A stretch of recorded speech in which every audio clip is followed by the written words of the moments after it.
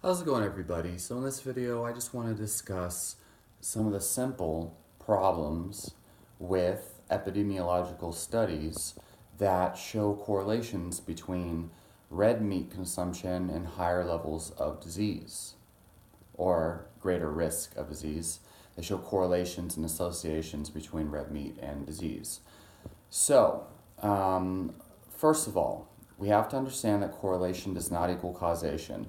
And the main reason why is because you can find a relationship between two things, um, but this relationship may or may not be relevant. It may or may not involve many other factors behind causation. Okay, so in the case of red meat and disease, there's many things that need to be considered. Okay, so first of all, you have the healthy user bias, and the healthy user bias in this case scenario is the fact that most government agencies say that red meat causes disease or what have you, and they recommend you limit red meat consumption.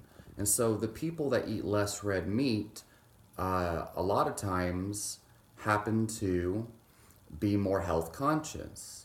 Whereas the people that eat more red meat, and this is average society, this is not paleo dieters or keto dieters, but average people who eat more red meat generally if they're eating red meat, they're not listening to government guidelines. They're not listening to healthy eating podcasts and things like that. Usually the people that eat red meat also eat a whole lot of processed foods on the side. Also, the vast majority of average society, when they eat red meat, they're eating either fast food hamburgers, they're eating chicken fried steaks, which is a beef steak deep fried. They're eating, deep fried foods. They're eating that with a side of French fries, which is deep fried potatoes and vegetable oil, and usually sodas and things are involved as well. Not to mention, the vast majority of people are eating a lot of processed red meats. And a lot of studies, not all of them, but most studies done on red meat don't differentiate between processed red meat and fresh red meat. But the ones that do not control for fast food consumption, the consumption of sodas and French fries, and what the bigger picture of their dietary structure actually is. And this is a big problem. Okay, so people who eat red meat also tend to eat more buns, French fries, and sodas. And we know that there's a relationship between red meat and disease in population studies and epidemiology. There's also a relationship or a correlation directly between processed foods and disease as well. We know that the countries and the populations that eat more processed foods tend to have greater risk of disease, greater incidences of disease and death, and all-cause mortality. So, considering things like this, it's impossible to have faith in the China study or have faith in the Seventh-day Adventist study and have faith in these population studies. And also, if you do believe that epidemiology is, such a great indicator for, such a great and reliable source of science, well, let's consider the fact that Hong Kong recently, they've come out saying that Hong Kong has the greatest life expectancy in the world. And they also have the greatest red meat consumption per capita. So, if we're using epidemiology alone, right away we can see that there's a study that directly contradicts it. Now, I know there's tons and tons of population studies that show, a correlation between red meat consumption and disease, but, Hong Kong. Okay? Now, many people will poke a hole in that and say, well, but Hong Kong also is a very rich population and they have greater health care. Okay? Exactly. Correlation does not equal causation. Their red meat consumption may not actually be responsible for the greater life expectancy. Okay? But vegans will say, well, they have greater health care. Despite their red meat consumption, it's a greater health care. Okay? But that, again, that's the problem with population studies and epidemiology. Okay, America has just as good, if not even better, healthcare than Hong Kong, and we also eat a lot of red meat. But what else is America known for? America is known for bastardizing the entire world with McDonald's, with Taco Bell, with Krispy Kreme donuts, okay, with junk food. And I'm telling you right now, okay, if you understand the scientific method and you understand the flaws in especially meta-analysis, okay, taking large amounts of studies, especially population studies, and then drawing a conclusion based on, multiple studies without actually looking into each individual study, like, that's ridiculous. And population studies, these all have limitations, and we have to consider limitations.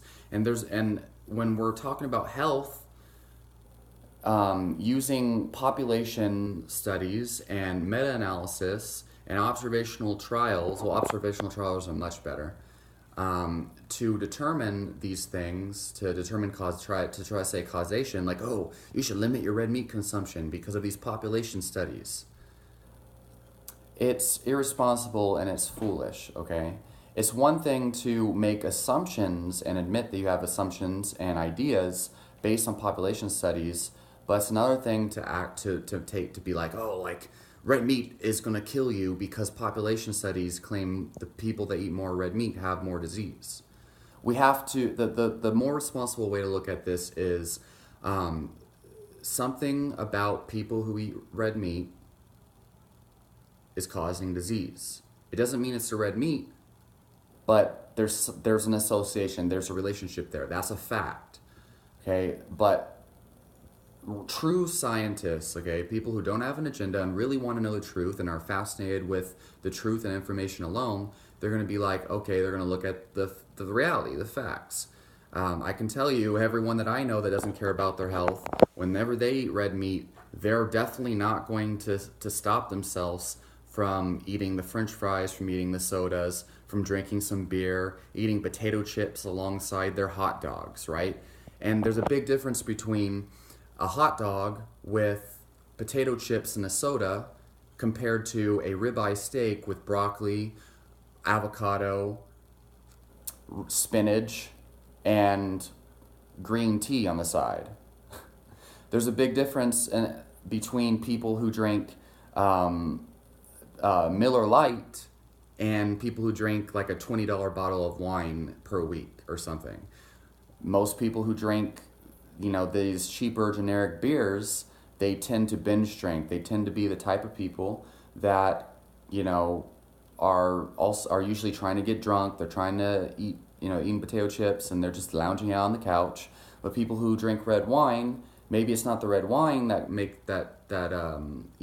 increases your longevity or whatever. Maybe it's the fact that people who prefer red wine over alcohol, they tend to have different lifestyles. They tend to drink red wine, they sip it, they drink it on the side of like a expensive fancy dinner.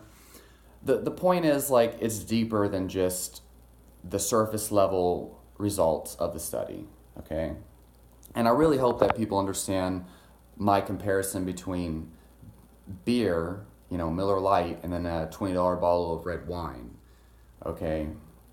If you don't understand that, then, yeah, I guess you don't really understand anything I said in this video.